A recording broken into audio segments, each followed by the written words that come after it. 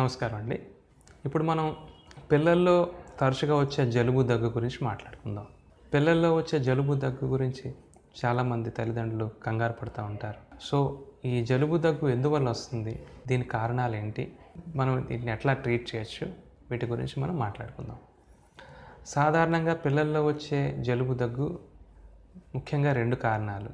ఒకటి ఇన్ఫెక్షన్స్, రెండోది allergies.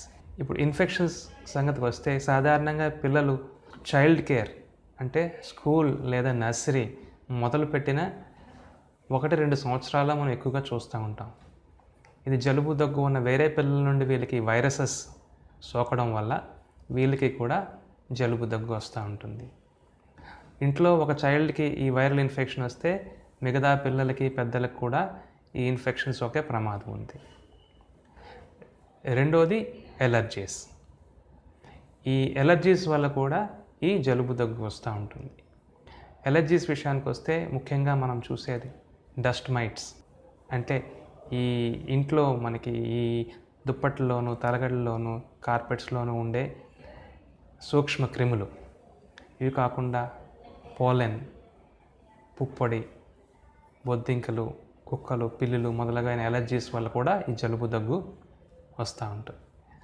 So అయితే ఈ రెండిటికి మధ్య మనకి తేడా ఎలా తెలుసుకోవడం అంటే, సాధారణంగా జలుబు దగ్గుతో పాటు జ్వరం ఉంటే అది ఇన్ఫెక్షన్ వల్ల అని మనం తెలుసుకోవచ్చు. అట్లాగే ఒక వారం కంటే ఎక్కువ రోజులున్నా, లేదా ఈ జలుబు దగ్గుతో పాటు తుమ్ములు, కళ్ళు, ముక్కు దురదలు పెడుతున్నా, లేదా దగ్గుతో పాటు ఆయాసం, పిల్లి కూతలు ఇట్లాంటి సూచనలు ఉన్నా మనం ఎలర్జీ ఉందని అనుమానం పడవచ్చు. ఈ ఎలర్జీ ఉందని ఎప్పుడైతే మనం సస్పెక్ట్ చేస్తామో మీ డాక్టర్ దగ్గరికి వెళ్ళడం వల్ల, ఎలర్జీ టెస్ట్ చేయడం వల్ల మనం ఈ ఎలర్జీ వల్ల వస్తుందా, ఈ ఇన్ఫెక్షన్స్ వల్ల వస్తుందా మనం నిర్ధారణ చేసుకోవచ్చు. ఈ ఎలర్జీ టెస్ట్ 2 రకాలే. ఒకటి బ్లడ్ టెస్ట్, రెండోది స్కిన్ ప్రిక్ టెస్ట్. ఇప్పుడు ఈ తరచుగా వచ్చే జలుబు దగ్గుల్ని ఎలా ట్రీట్ చేయాలి? జలుబు దగ్గు మైల్డ్గా ఉన్నప్పుడు ఆవిరి పట్టడం, లేదా వేడి నీటిలో తేనె కలిపి ఇవ్వడం, ఇట్లాంటి ద్వారా పిల్లలకు ఉపశమనం కలిగించవచ్చు.